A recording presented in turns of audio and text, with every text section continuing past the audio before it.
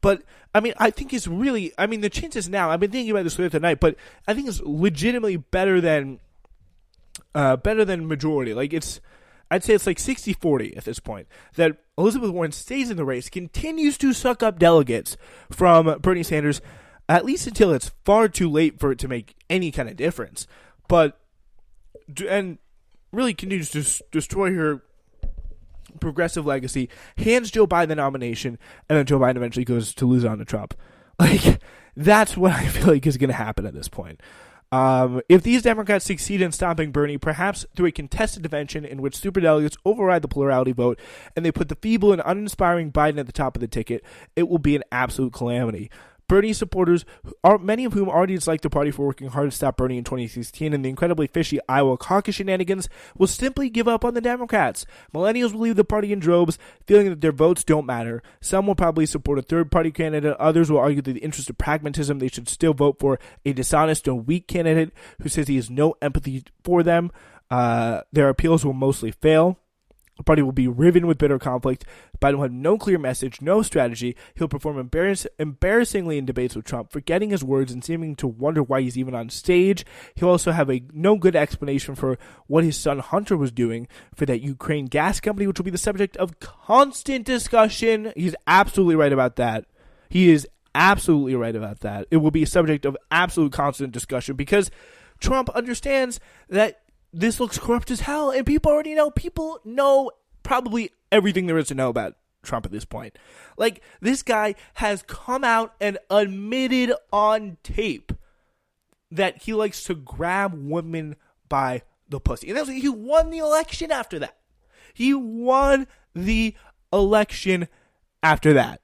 Like, no amount of dirt, nothing they want to throw at him is going to stop him in this election. It's going to be with a more powerful campaign, a more narrative-driven campaign. Anything that's going to come from Joe's, my son is completely corrupt, and I get him jobs because he's a failure and can't stop doing cocaine. Like, do you think that's the message that's really going to bring people out for a better vision of the future? Like, no, that means Trump for 4 more years. That's what that means. So it's just that simple. Yeah, Trump will, as he has before, talk a lot about how Sanders was robbed by a rigged primary, delegitimize Biden's nomination, and stoke the inter-party conflict. Biden looked dazed and confused on election night as Democrats wonder yet again how they managed to lose to Donald Trump of all people. If Bernie is nominated, things will go differently, though we do not yet quite know how. Trump's propaganda machine will try to brand Sanders as a communist who hates America. Will this work? It is not clear. Sanders has been an open socialist in the public eye for a long time without affecting his popularity, but the war that is waged against him will be relentless. Of course, liberals might not pitch in to help Sanders. Many of them will repeat right-wing talking points about him, and they already have, scaring people by implying Sanders wants to leave them uninsured. Sanders and his army of organizers will do their damnedest to dispose Trump for the fraud he is, to unite working class people behind a candidacy that truly speaks to their interests, and behind an ambitious agenda for single-payer health care, a comprehensive climate plan, and a living wage, in the end to the indentured servitude of student debt. Will they succeed? This I do not know. Everything here seemed clear as day to me. This is Nathan J. Robinson talking. But how exactly a Sanders-Trump race will play out is mystifying indeed. There are strong reasons to believe that Sanders will win. I mean, like his strong fundraising in Obama-Trump swing counties, voters' high assessments of his honesty and credibility, his declining to antagonize conservatives on some cultural issues, and ability to speak to conservative audiences, and of course, all the actual polls. I've never thought it was certain that Sanders would beat Trump, and I personally agree with that. What I think is certain is that any other Democrat will lose to Donald Trump. I'll say it again. If there's any person who has a shot at beating Donald Trump, it's Senator Bernie Sanders. I'm going to put that out there right now. If there's any person that has a shot, Biden has no shot, Bloomberg has no shot, Warren has no shot, it's Bernie. Bernie is still the only one who's going to end up beating Donald Trump. Just that simple. All right, so let's take a look at how things are shaking out right now. Bernie Sanders still leading in Texas by around 3.4%.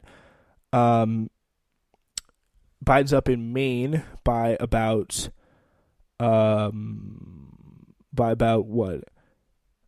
1%, according to Politico. So it looks like right now Maine and Texas, and at least according to the New York Times, but it's really not. Massachusetts is still in play. So yeah, it's really that kind of night. So let's see. So far, Biden has won 120 delegates. Sanders has won 54, but wins in Texas and California could put Sanders ahead of Biden. It remains to be seen. We will stay on the air until the 11 poll closings, but not that much after. We're going to take another quick break and get you back in with Democracy Now! Bernie winning close elections over Hillary Clinton in coastal states and some northern states. Clinton blowing Bernie out in the South and blowing Bernie out in states with heavily African-American populations. Ibram, I wanted to ask you about Ibram Kendi's tweet recently this evening, the award-winning author of How to Be an Anti-Racist, who said it's agonizing to hear pundits talk about Biden doing well with black voters. Okay. Biden's doing well right now with Southern black voters. Why is it so hard to add the word Southern? Why is it so hard to be precise? Your response to that, Ellie? Well, I think look, the black vote is not a monolith, and I think a lot of people say that. I agree with Ibram on that, and voting is an intensely personal decision. So you're always kind of in a danger territory when you try to overgeneralize any demographic, any population, and black people are no different than that. However, it's not that it does not appear when you look at like Massachusetts, for instance, and we haven't seen all the exit polls out of Massachusetts, but it does not appear that Bernie is doing. It's closer, obviously, but Biden still seems to have a very strong African-American base, kind of regardless of the state, of the region of the country. Now, I do think that, and I expect to see this as we get exit polls from tonight, if you looked at South Carolina, for instance, there was still a pretty clear distinction between older African-American voters and younger African-American voters. And I think that tracks generally with how Bernie has been doing better across the board with younger voters, while Biden has been doing better with older voters. So I think that narrative is likely to hold throughout the African-American community.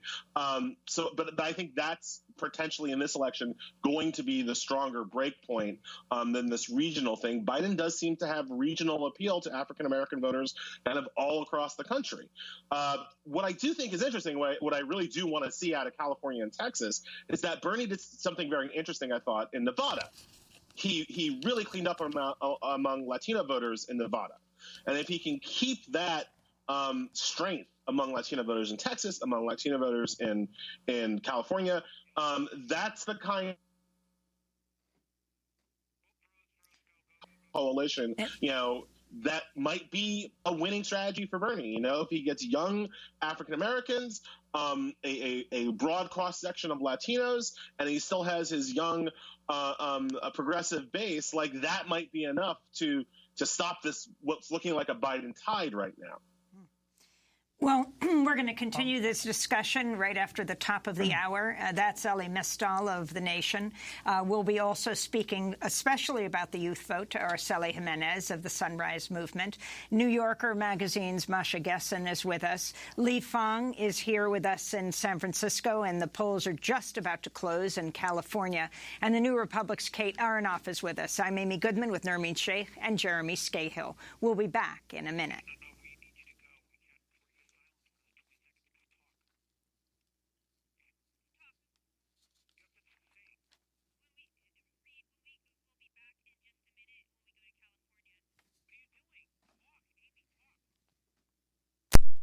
All right, so that's Democracy Now! Taking in as we wait for the top of the hour, coming in just 30 seconds. On there, you heard The Intercept, co-founding editor Jeremy Scahill, Amy Goodman, Juan Gonzalez, Nermeen Sheikh, and The Intercept's Ryan Graham-Meddy, Hassan Glenn Greenwald, Naomi Klein, Lee Fang, Akilah Lacey, Robert Mackey, and other guests were going on there as we wait for the results coming in Cali. Going back to Cali. So, Yeah, so it looks like the polls now are about to close in California and the tornado-stricken Nashville, Tennessee. Biden did get some of the on-the-ground help in Minnesota, as Klobuchar's campaign said they deployed volunteers and organizers in Minnesota. So what it looks like is Biden really was pushed across the line by Klobuchar, which is really, really funny because he thought Klobuchar getting out of the race, I thought it would help, but that was definitely not the way the Sanders campaign wanted to have happen. But it looks like, again, the biggest factor for tonight is that Warren may have cost Bernie from winning in Massachusetts, Maine, and Minnesota. Taking at Massachusetts here, she got 20%. If she had dropped out with third place in her home state, she would have gotten at least 1/4 of Bernie's support, would have at least tied him with Biden. Or Warren's support would have just tied with Biden. It's really insane what's going on here in terms of just like the selfishness at hand. Just like I need to win, all the time. So, yeah, Maine. I mean, Warren got 15%. Say maybe, I don't know, a fifth went her way. A fifth of Warren's support went her way. Right, with 39% reporting in Maine, it's 3506 to 3327. Biden winning. Like that would have put him over the edge. Or that would have put Bernie Sanders in the lead, not by much, but then again, it's only a fifth. Like it's really quite compelling here. So Biden, with 44%, is up by 0.9 right now. So Maine and Texas right now are the two best options for Sanders if he wants to pick up some on the board. But the thing is, the Sanders campaign, they were really optimistic about Massachusetts and only really considered Warren to be his chief competitor in Mass. And only, losing to Biden was not what the campaign was expecting. I mean, no duh. Like, this is a really kind of a shocking thing that not many people really expected. People are talking about a revolution. We started a movement. We've increased turnout. Turnout's turned out for us. Give it a Pinocchio about that. That's Joe Biden there speaking earlier. It's a clip. Is projected to win his home state of Vermont along with Colorado. Yeah, so Utah. You know what? Actually, this is top of the hour. If you're just joining us, we will do a little bit of a refresh for you now. All right, let's take a look at how things are shaping out. Of the called races so far, Alabama, Virginia, Tennessee, North Carolina, Oklahoma, Arkansas, Minnesota, Massachusetts have gone to Joe Biden. Vermont, Colorado, Utah, and California have all gone at this point to Bernie Sanders. Wow, would you look at that? California, Bernie Sanders, Politico's already just called it for him. Wow. So Maine, Biden is up by 0.4, and Texas, Bernie is up by 3.2 at this time. We're going to be very close in Texas. All right, so final delegate count, Super Tuesday so far, 255 for Biden, 144 for Sanders, 21 for Bloomberg, 11 for Warren, and 1 for Tulsi Gabbard. Woo-hoo, hooray. All right, so yeah, this is how it stands in the delegate count right now. And by the way, that is very exciting. All right, let's look at the delegate count right now. 160 to 116. Or sorry, 163 to 119 now. Biden is up on Bernie Sanders. And what it looks like right now. 11:04. Politico has already called it for already called the massive state of California for Bernie Sanders. And if he does do that, if it's already checked in the California box right now, where Politico is checked it for Bernie Sanders, that would be absolutely huge. We could turn a very rough night into something a lot better. Yeah, so to Texas now, with a quarter of results in, the race between Texas between Sanders and Biden is close, but the state's 228 delegates could be split among right now 3 or 4 candidates.